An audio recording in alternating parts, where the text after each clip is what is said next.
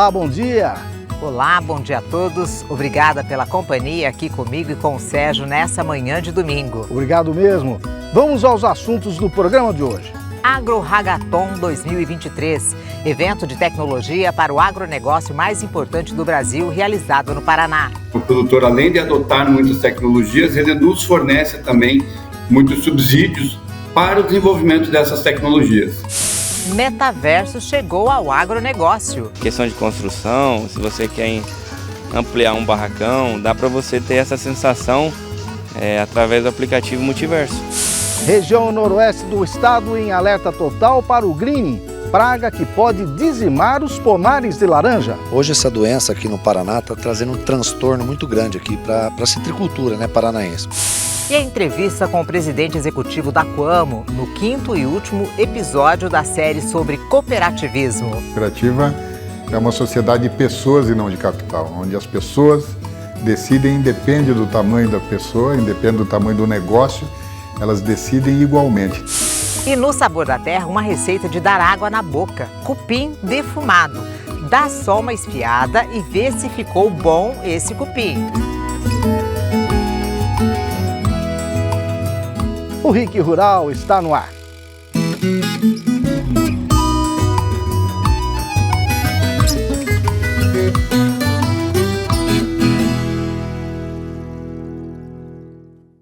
Vamos começar o programa de hoje mostrando uma entrevista que o Sérgio fez com os organizadores do Agro Hackathon 2023.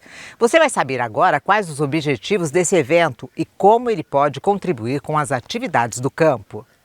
Uma dos grandes objetivos é fomentar a produção de tecnologias a nível local. Como eu disse, existem várias empresas, várias iniciativas, mas nós entendemos que quanto mais nós avançarmos nessa área de produção de tecnologias e soluções aqui mesmo, é algo que vai ajudar a agregar muito valor para a nossa produção, não só agrícola, mas para toda a cadeia produtiva. E um segundo fator também diz respeito ao mercado de trabalho, porque por mais que nós tenhamos essas tecnologias que vão chegando, nós temos que preparar também os nossos jovens, os nossos estudantes, de um certo modo para atuar e ficar ao alcance dessas tecnologias e também para contribuir, também porque é essa juventude justamente que tem a possibilidade hoje de, num futuro muito próximo, trazer várias soluções e realmente trazer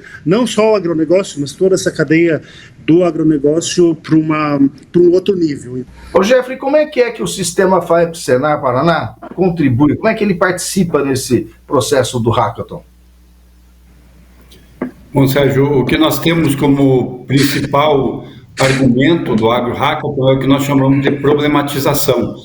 Então, os jovens, durante a maratona, eles são apresentados a problemas reais que acontecem na atividade rural para a busca de soluções através da tecnologia, como o professor Gilson citou. Então, a ideia básica é o sistema, através dos sindicatos e através do diálogo com os produtores rurais, identificar quais são essas necessidades no campo que podem ser solucionadas, e aí nós apresentamos isso para os participantes do Agro Hackathon. Então, a ideia toda consiste em resolver problemas reais. O produtor ele está atento a tudo isso que está acontecendo e eles trazem para nós esses problemas, Então, é nesse viés, O produtor, além de adotar muitas tecnologias, ele nos fornece também muitos subsídios para o desenvolvimento dessas tecnologias. Professor Gilson, como é que é a dinâmica do Agro Hackathon? Quem participa, quais os requisitos e como é que se escolhe finalistas e vencedores? Então, vamos lá. A dinâmica do evento, eu vou explicar como que é o nosso modelo, que eu acho que ele difere um pouquinho daquilo que a gente já começou lá no passado, que era uma maratona muito mais intensa. Agora, no nosso modelo atual, nós fazemos assim, serão 2 finais de semana, dia 2 e 3 de setembro, a maratona começa lá cedinho, 7h30 da manhã, e vai até 10 da noite, no sábado e no domingo, e durante esse período, nesses 2 primeiros dias, você tem né, um processo de desenvolvimento de ideia por meio dessa problematização que o Jeffrey colocou. Então, o próprio sistema da agricultura do Paraná e também outros parceiros trazem problemas para que os estudantes, competidores, possam trabalhar em cima desses problemas e desenvolver soluções. E no final desses 2 dias, você vai ter a escolha de 2 finalistas por regiões. Lembrando que o nosso evento ele vai ser realizado em 4 regiões: Curitiba, Ibiporã, Assis, Chateaubriand e Pato Branco. Sairão 2 finalistas de cada região. Lembrando que a gente está falando de inovação, tá? Então, assim, não é só o estudante lá das ciências agrárias, também os estudantes da tecnologia, os estudantes da parte de economia, são estudantes universitários, de universidades públicas, privadas, tá? Qualquer universidade nessas localidades, e também das escolas agrícolas que participarão também, cada equipe, pelo menos um estudante de escola agrícola que foram definidos para esse evento, e também profissionais de mercado. Só vou aproveitar para complementar um comentário que o professor Gilson fez com relação aos estudantes. Nós aqui no sistema FAEP-Senar, a gente está trabalhando muito com os jovens do ensino médio, através dos colégios agrícolas, né? Então, é essa a ideia da gente trazer o jovem para conhecer os problemas, uma realidade mais próxima, e terem uma amplitude aí na visão do que é o mercado de trabalho. E aí trazemos no Hackathon, no ano passado já fizemos isso, e agora estendendo para mais 2 sedes no estado, uma participação maior dos colégios agrícolas através desses jovens. É um processo bem interessante, a gente aposta muito nisso. E terminou a colheita do feijão segunda safra no Paraná. Vamos às cotações. Mercado Agrícola. Oferecimento Safe Agro. Fertilizantes especiais para uma agricultura sustentável. O café em coco R$ 11,50 o quilo. Café beneficiado R$ 715, preços em Maringá. O arroz R$ 110 a saca em Paranavaí, Moarama. O feijão carioca R$ 205 a saca em Campo Mourão, R$ 195 em Cascavel. E o feijão preto, R$ 240 a saca em Ponta Grossa, R$ 230 em Cascavel. Nós vamos para um rápido intervalo e voltamos mostrando que o metaverso chegou ao agronegócio. Região noroeste do estado em alerta total para o greening, praga que pode dizimar os pomares de laranja. Ainda hoje, no Sabor da Terra, a receita do cupim defumado.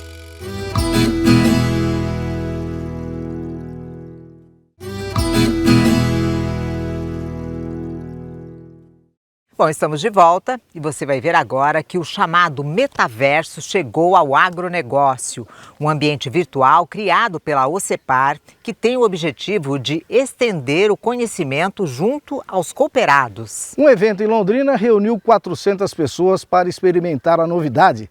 São jovens, filhos de produtores já consolidados que podem ter a tecnologia como aliada para continuar com o negócio dos pais. Vejam só.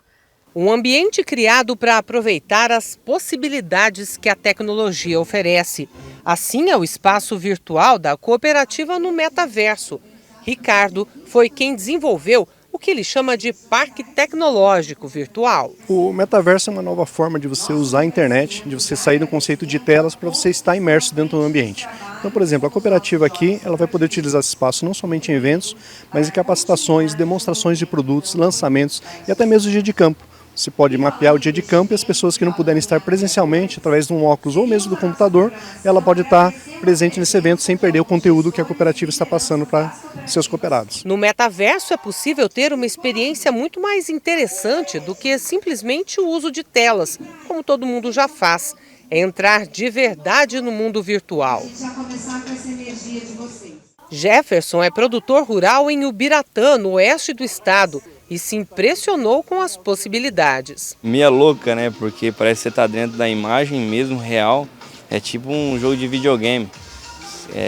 Eu acho que vai ser uma tecnologia muito importante, porque praticamente vai dar para basear o que vai acontecer no futuro. Questão de construção, se você quer ampliar um barracão, dá para você ter essa sensação através do aplicativo Multiverso.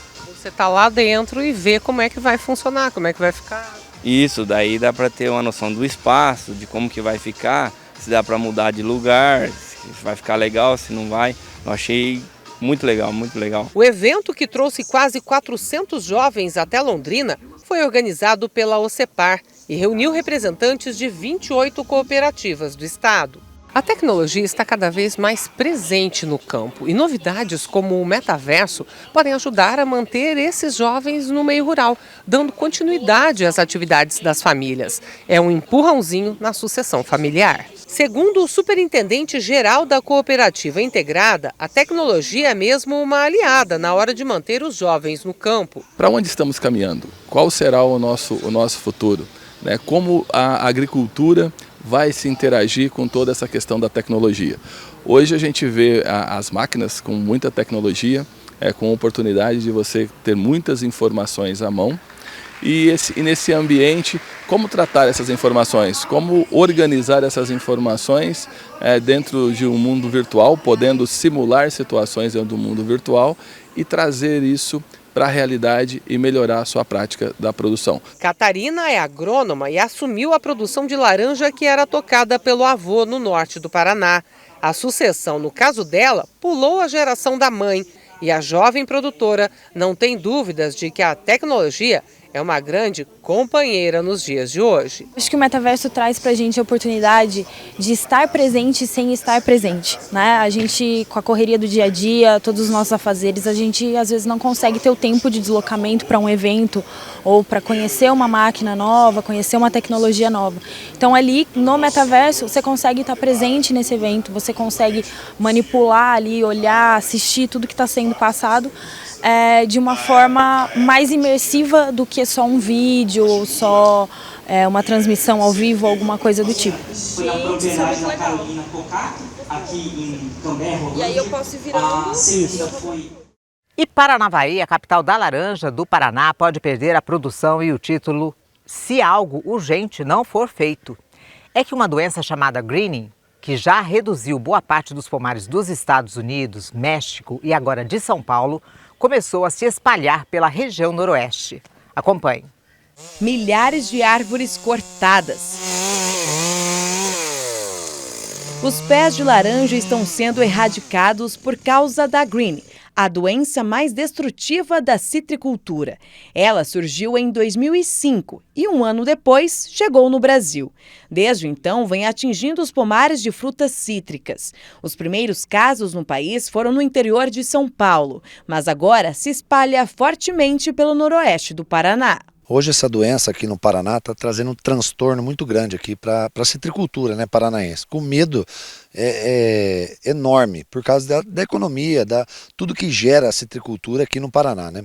Essa doença não tem cura, é uma bactéria que está instalada na raiz das plantas, ela chama greening, ela veio da China e ela chegou aqui no Paraná em 2006, ali na região de Autônia, e vem nos causando grande prejuízo. No começo, quando veio para cá, era mais tranquilo, agora as contaminações estão demais, não tem o que fazer. A bactéria afeta primeiro a raiz e, consequentemente, o restante da árvore. Por isso, a folhagem fica amarelada, os pés ficam mais vazios e, em alguns casos, sem nenhum fruto. Sem contar que a laranja fica deformada e com um tamanho diferente, bem menor do que o normal. Dentro também é possível ver a diferença. A fruta fica desproporcional, com um lado maior que o outro e com a semente desse jeito, abortada. A doença que afetou esse pé facilmente é transmitida para o outro, transmissão que acontece através de um inseto. O vetor dessa doença, que é o psilídeo, antigamente a gente pegava pouco psilídeo nas armadilhas que a gente coloca nos pomares, né? Hoje está demais, a gente encontra 30, 40, 50 psilídeos, né? Então não está tendo o controle legal para poder fazer o controle desse inseto. E ele causa que ele vai contaminando todas as plantas. Como que funciona isso aí? O inseto pica uma planta contaminada e pica a planta que está sadia. Ele acaba contaminando essa planta. Não tem o que fazer. E a pressão é muito grande, por quê? As zonas rurais, vilas rurais, vizinhança nossas aqui, tem muitas plantas não comerciais, que acontece? A maioria dessas plantas, hoje praticamente 100% delas, são contaminadas e não tem controle, eles não fazem um controle fitossanitário, controle biológico, que é feito para poder fazer esse controle dessa doença. A única coisa que pode ajudar a diminuir a contaminação dessa doença é a conscientização, principalmente das pessoas que têm esses pomares em casa. Essa propriedade fica em Paranavaí, na capital da laranja. A cidade fica no noroeste do Paraná e tem cerca de 90 mil habitantes. Aqui, a produção de laranja é responsável por 30% do PIB do município. Mas, com a proporção que a doença está tomando, cerca de 15% dos pomares comerciais da região foram destruídos. A prefeitura está preocupada e começou a agir. O município tem fiscalizado, né, e o município pretende aumentar essa fiscalização com um drone, vai passar sobre os imóveis, identificando árvores contaminadas, vai depois pessoalmente, né, vir um fiscal verificar se a pessoa já cortou, se não cortou. Tem que lembrar que essas pessoas que têm essas árvores com greening dentro da casa delas, podem afetar toda a economia, e isso é considerado até uma forma de crime, né, porque você pode contaminar toda uma cidade, né, e isso vai influenciar na economia delas mesmas. São aproximadamente 150 produtores de laranja aqui na região. Alexandre é um deles. Ele é produtor há 2 anos e assim que começou com a citricultura, já precisou enfrentar a greening. Mas o prejuízo nunca foi igual ao deste ano. O produtor investiu de 3 a 4 milhões de reais no pomar e só no primeiro semestre de 2023 perdeu 300 mil por conta das árvores que ficaram doentes e foram cortadas. Comecei há 2 anos e meio, né? E a doença já tinha na região, mas nesses últimos anos agora a pressão está muito grande. Então a gente está tendo que erradicar pés com plantas doentes, né? Então está sendo bem difícil. Para continuar comercializando a fruta, Alexandre planta árvores novas.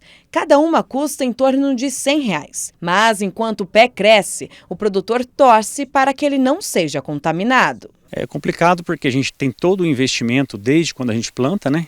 Adquirir muda, pulverizações, veneno e adubações. Aí a gente tem que cortar isso depois de 2 anos e meio e começar tudo de novo. Então é bem frustrante, né? E chegou a hora do Coisas da Roça.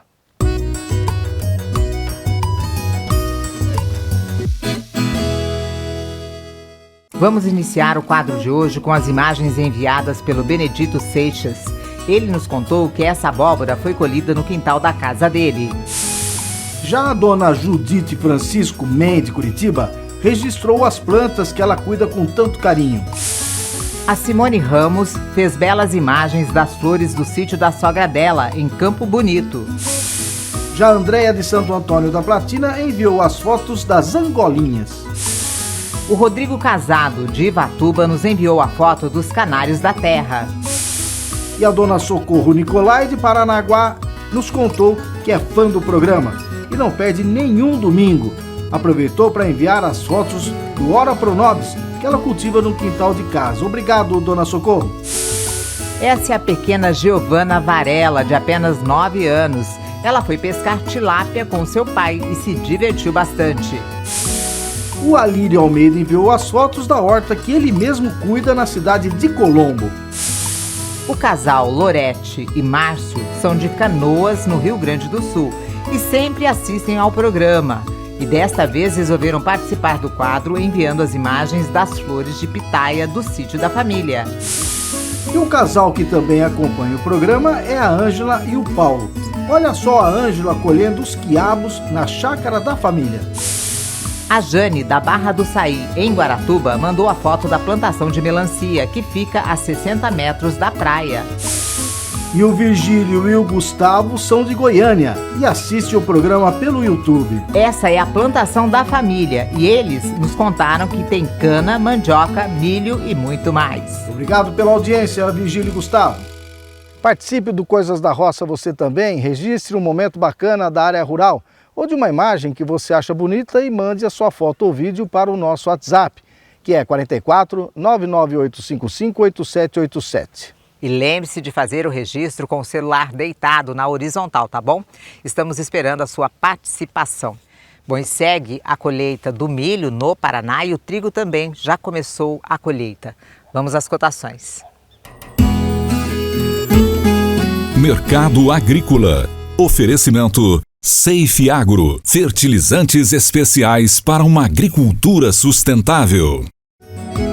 O milho, R$ 46,00 a saca em várias praças do estado.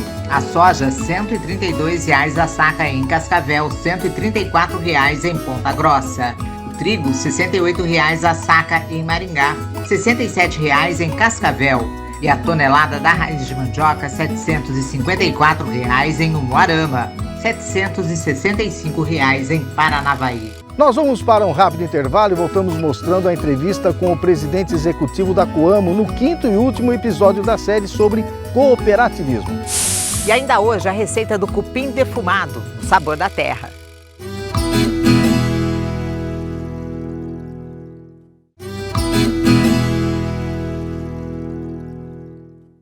Bom, estamos de volta e dando continuidade ao RIC Rural de hoje. Vamos mostrar agora para você a entrevista que fizemos com o presidente executivo da Coamo, Ayrton Galinari, onde ele fez uma avaliação, entre outros assuntos, sobre o primeiro semestre do ano para a cooperativa. Mês do cooperativismo. Oferecimento. Coamo. A vida é a gente que transforma. Presidente, mês de julho, comemorado o mês do cooperativismo, nós fizemos aí 4 reportagens falando da mulher, da sucessão familiar, de inovação e tecnologia e também a Copa Coamo num paralelo com o andamento da safra, com o andamento do campeonato. São valores que a Coamo preserva, estão sempre em pauta essas situações? Sempre em pauta, né? Realmente a preocupação da cooperativa não é uma preocupação só com os negócios do cooperado. Fazemos negócios todos os dias, né? Aquisição de insumos, enfim, a entrega da produção, negociação de grãos, mas o importante é a família do cooperado, e isso é o diferencial da cooperativa. A cooperativa é uma sociedade de pessoas e não de capital, onde as pessoas decidem, independe do tamanho da pessoa, independe do tamanho do negócio, elas decidem igualmente. Então a igualdade da participação, aí vale tanto para as mulheres quanto é o cooperado. Então não tem essa diferenciação. E a preocupação com a sucessão é a preocupação com a continuidade, não só dos negócios dentro da família, mas dos negócios também da cooperativa. Nos programas que nós temos de desenvolvimento de lideranças junto ao quadro social, hoje já fazem parte do Conselho Fiscal, do Conselho de Administração, ou seja, da gestão, da alta gestão da cooperativa. Então, todo esse envolvimento que nós temos, seja no desenvolvimento da pessoa, do profissional e também do lazer, é o conceito do cooperativismo, né? É união de pessoas, é união, não é ajuntar pessoas, é unir pessoas para que juntos eles possam fazer algo melhor do que individualmente. Bom, nós estamos aí finalizando o primeiro semestre de 2023. Que avaliação dá para fazer nesse momento agora, já finalizando julho também? Números bons? Números bons, né? É claro que os preços afetam o número final do que se tinha planejado de faturamento, mas ainda assim é um faturamento bastante importante que a gente está projetando. Quando fizemos essas projeções era final do ano passado, não se tinha ainda essa expectativa de queda tão acentuada dos preços. As quedas ocorreram não só nos grãos, mas também nos insumos. Então o que nós estamos vendo é que nessa implantação da próxima safra, então estou falando já da entrada do segundo semestre, setembro, outubro, a safra de verão 23-24, houve um equilíbrio de volta, né, nas relações de troca, ou seja, os insumos para essa safra já são compatíveis com os preços, temos algo em torno de R$70 por saca, então isso ainda dá uma boa valorização, né, é um número que nós entendemos volta a patamares normais, de históricos, de relação de troca. Então é uma avaliação positiva, né? O produtor pode estranhar o fato de ter caído tanto os preços e nós dissermos uma avaliação positiva, mas se formos fazer uma análise, o que aconteceu de fato de extraordinário foram esses anos anteriores, a pandemia, a guerra da Rússia e Ucrânia. Isso sim que é fora do normal, que anteriormente a esses eventos nós tínhamos a soja a $10,5, mais ou menos, em torno disso. E se jogarmos essa inflação de 3 anos, mesmo que seja uma inflação americana, vamos falar em 20%, isso iria ir para $12. Hoje nós temos soja acima de $14. Então, em níveis internacionais. E no Brasil é a mesma análise. Anteriormente, no ano que iniciou a pandemia, a soja estava R$80, R$85. Foi a 150, foi a 200 em função desses problemas todos. E agora está aqui, preço de balcão, hoje R$130. Então, corrigindo também esse valor, é um valor bastante interessante. Então, acho que nós voltamos a um período de normalidade, né, que com esse assentamento de preços, tanto de custos quanto de preços, e que o produtor, claro, né, está se adaptando a essa volta a essa nova realidade, e tenho certeza que ainda vamos ter um ano com bastante resultado e que seguramente vamos poder apresentar umas sobras importantes aí no final do ano. Bom, primeiro semestre também a gente não pode deixar de destacar que emergiu o gargalo do armazenamento e também da logística.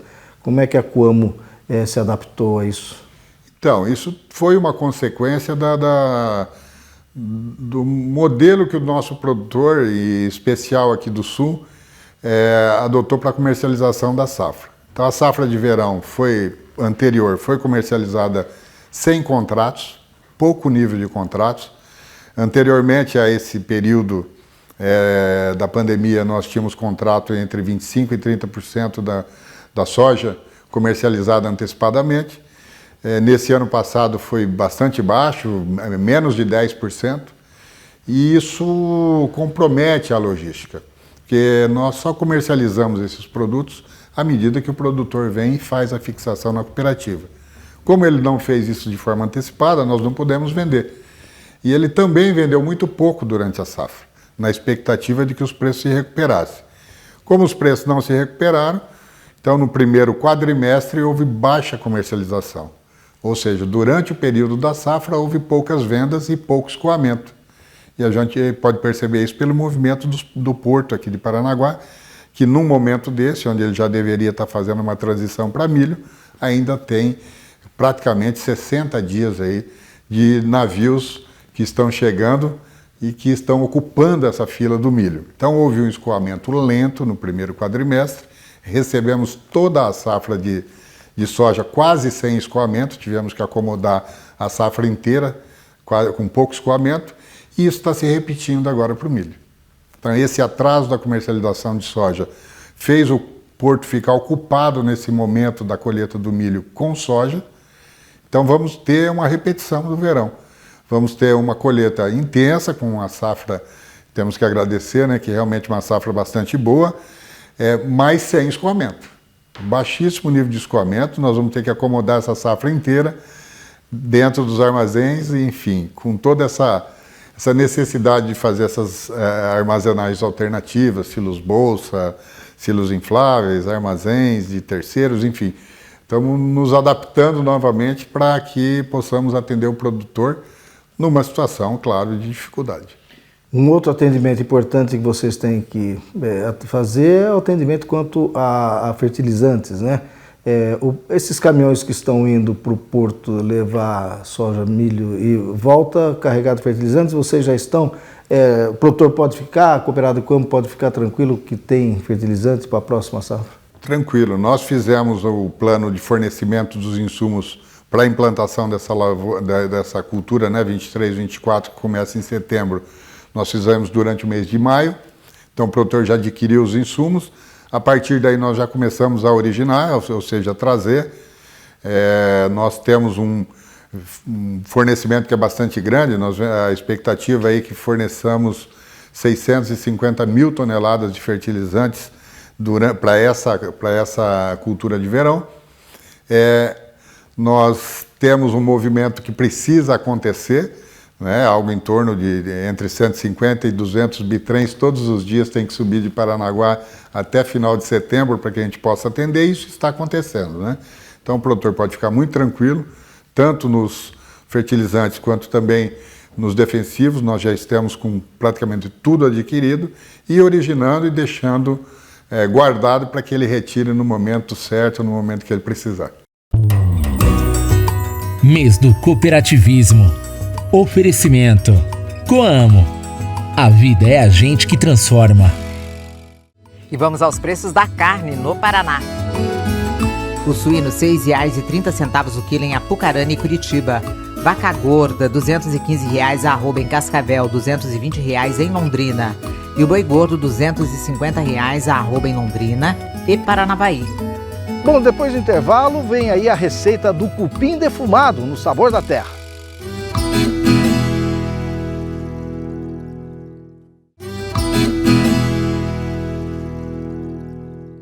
Bom, e agora a hora mais gostosa do programa, Sabor da Terra.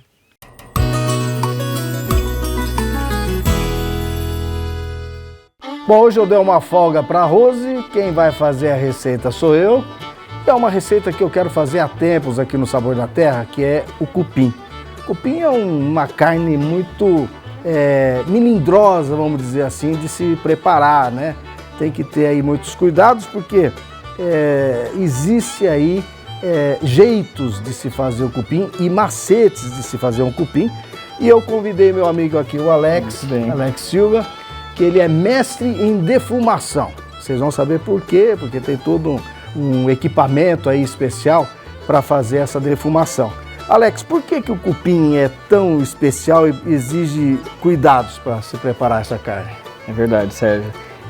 O cupim ele tem todo esse cuidado, esse trabalho de fazer, porque ele é uma carne que é extremamente saborosa, porque tem muito colágeno, muita gordura, porém ela tem um desafio de deixar isso de um ponto que fique gostoso, que fique mole, que fique saboroso.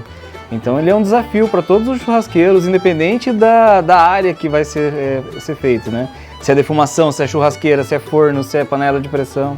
Então é um prato complexo. Bom, aqui vocês estão vendo, a gente tem dois cupins, né? Um pequeno e um maiorzinho. Justamente, esse daqui vai ser defumado inteiro. Inteiro, vai ser exato. Preparado inteiro. E esse daqui vai ter... A gente vai dividir ele em partes para ficar mais fácil a defumação, ele pegar mais tempero, mais sabor. Que prato é esse? Esse vai ser um cupim defumado, onde a gente vai fazer ele em dois formatos, um inteiro e um a gente vai cortar. Para a defumação, a gente faz ele primeiro aberto e depois a gente embala. Então vão ser 6 horas de defumação e 6 horas de cocção.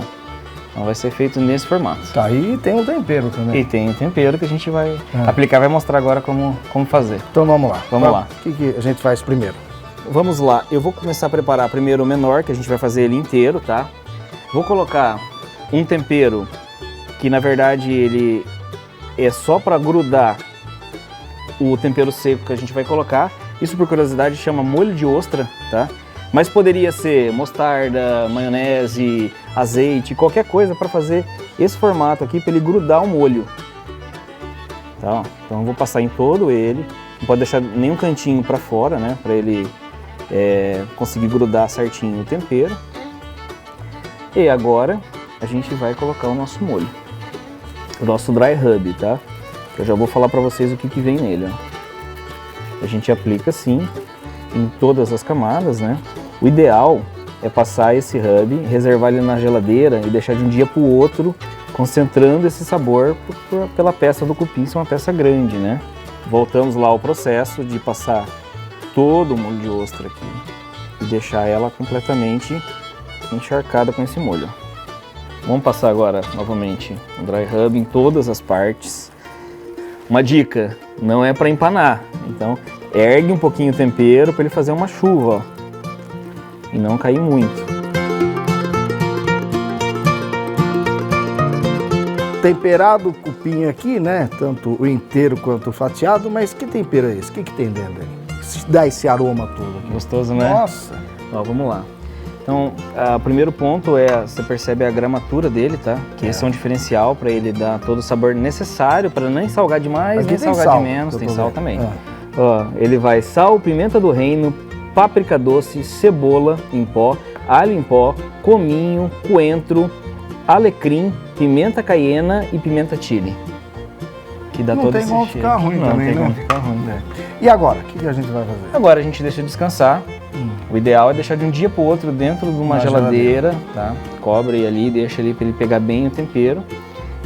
Mas como a gente colocou um pouquinho mais, ele vai para dentro do defumador, porque agora ele vai ter um tempero a mais, que é a defumação. Certo. A defumação vai dar um componente que não tem nos temperos aqui. Temperatura, que a gente vai mostrar agora lá no defumador.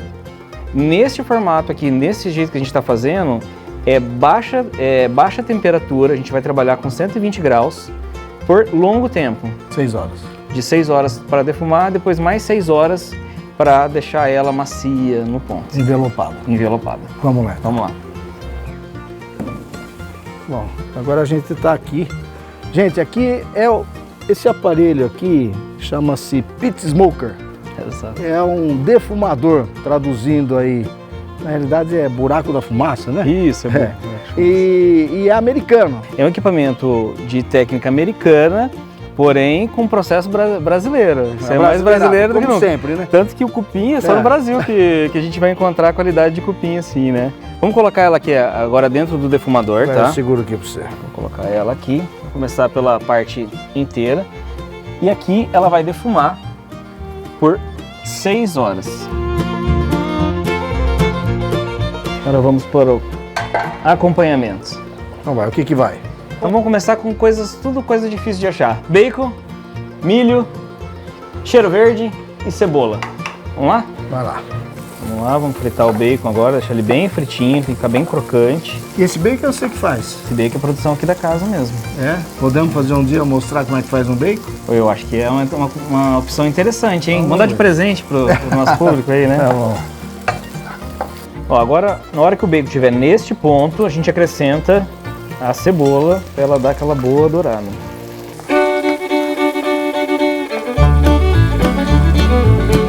O bacon, então, já devidamente frito, a cebola já quase crispy, a gente vai acrescentar o milho verde.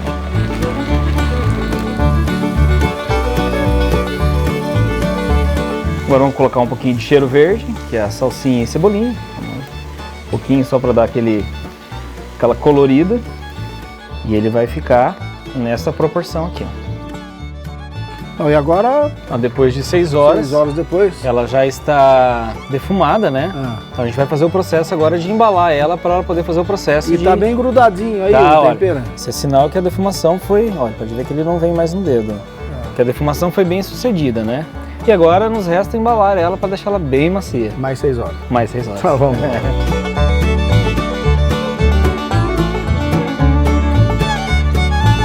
Vamos lá, Sérgio. Agora a gente vai embalar no alumínio, tá? Tem alguns detalhes que é interessante a gente entender. Que o alumínio agora ele vai servir como se a gente estivesse colocando essa carne já defumada numa panela de pressão, onde ela vai ter calor para poder fazer o processo de cocção por mais 6 horas. Certo. Tá? Vamos lá então fazer o processo para vocês verem?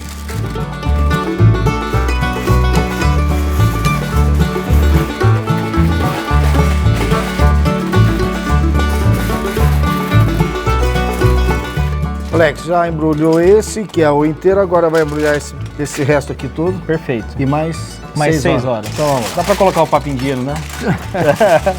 Vamos lá. Vamos lá. Então vamos lá. Descanse.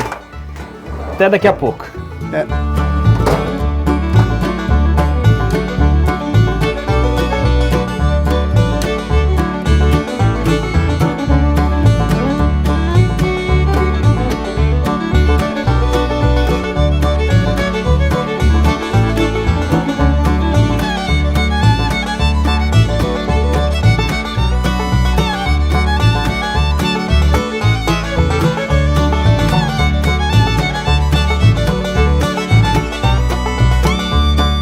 Doze horas depois, já deu uma degustadinha aqui, mas agora nós vamos aproveitar e degustar melhor, sem naquela ansiedade.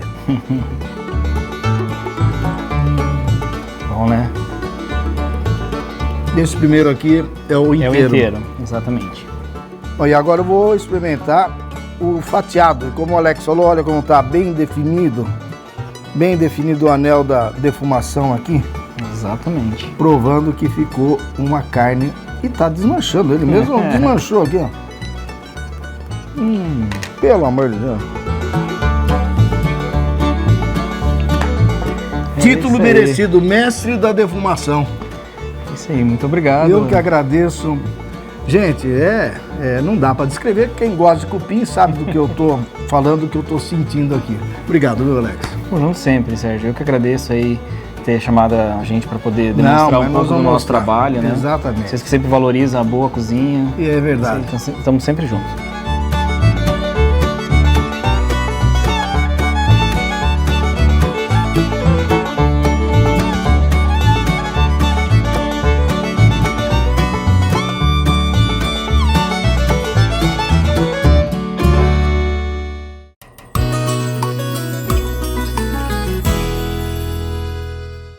Lembrando sempre que as receitas e as reportagens mostradas aqui no RIC Rural você encontra no nosso canal no YouTube, youtube.com/RICRural. Aproveita e se inscreve no nosso canal e não se esqueça de clicar no sininho para ficar sempre atualizado. E veja agora alguns eventos para esta semana. De 1 a 3 de agosto, em Paranavaí, acontece o simpósio sobre citricultura realizado pelo CREA Paraná. O evento é presencial e online na Unespar de Paranavaí. E dia 6 de agosto tem caminhada dos 150 anos da Estrada da Graciosa. A saída será na Capela São Pedro, em 4 Barras, às 9 horas da manhã. Esse é um belo passeio, hein? Bom, gente, o programa já terminou. Nós vamos ficando por aqui. Até o próximo domingo que vem. Obrigado pela companhia, viu? Uma boa semana e até domingo que vem às 9 da manhã. Não perde o programa, não. Tchau. Até mais.